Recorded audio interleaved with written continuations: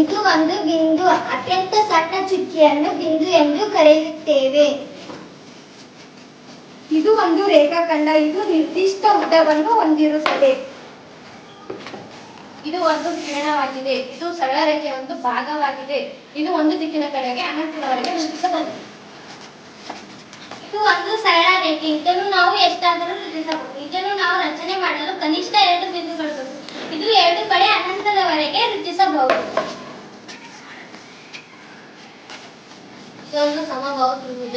ಸರಳ ರೇಖೆಯ ಮೇಲಿಲ್ಲದ 3 ಬಿಂದುಗಳನ್ನು ಸೇರಿಸುವ ರೇಖಾಖಂಡವೇ ಸಮಬಾಹು ತ್ರಿಭುಜವಾಗಿದೆ. ಇದರಲ್ಲಿ 3 ಬಾಹುಗಳಿರುತ್ತವೆ. 1 2 3 ಶೃಂಗ ಬಿಂದುಗಳಿರುತ್ತವೆ. 1 2 3 ಕರ್ಣಗಳನ್ನು ಹೊಂದಿರುತ್ತವೆ. ಒಂದೊಂದು ಕೋನದ ಮೊತ್ತ 60 ಡಿಗ್ರಿ ಇರುತ್ತದೆ. ಇದರ ಒಳಕೋನದ ಮೊತ್ತ 120 ಡಿಗ್ರಿ. ಒಂದು ಅಸಮಬಾಹು ತ್ರಿಭುಜ. ಇದರ ಬಾಹುಗಳು ಸಮವಿರುತ್ತವೆ. ಒಂದು ಸಮದ್ವಿಬಾಹು ತ್ರಿಭುಜ. ಇದರಲ್ಲಿ 2 ಬಾಹು ಸಮ ಇರುತ್ತವೆ. ಒಂದು ಬಾಹು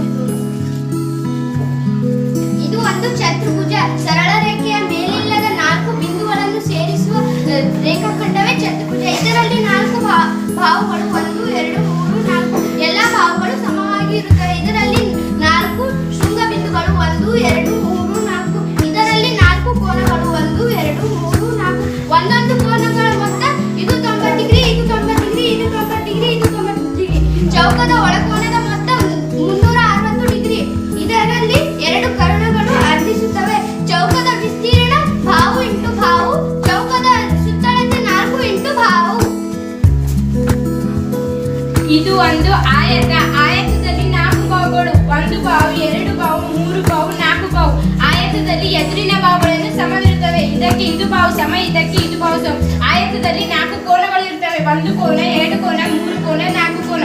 ಆಯತದಲ್ಲಿ ಒಂದೊಂದು ಕೋನದ ಮೊತ್ತ 90 ಡಿಗ್ರಿ ಇರುತ್ತದೆ. ಇದಕ್ಕೆ 90 ಡಿಗ್ರಿ, ಇದಕ್ಕೆ 90 ಡಿಗ್ರಿ, ಇದಕ್ಕೆ 90 ಡಿಗ್ರಿ, ಇದಕ್ಕೆ 90 ಡಿಗ್ರಿ. ಒಳಕೋನದ ಮೊತ್ತ 360 ಡಿಗ್ರಿ ಇರುತ್ತದೆ.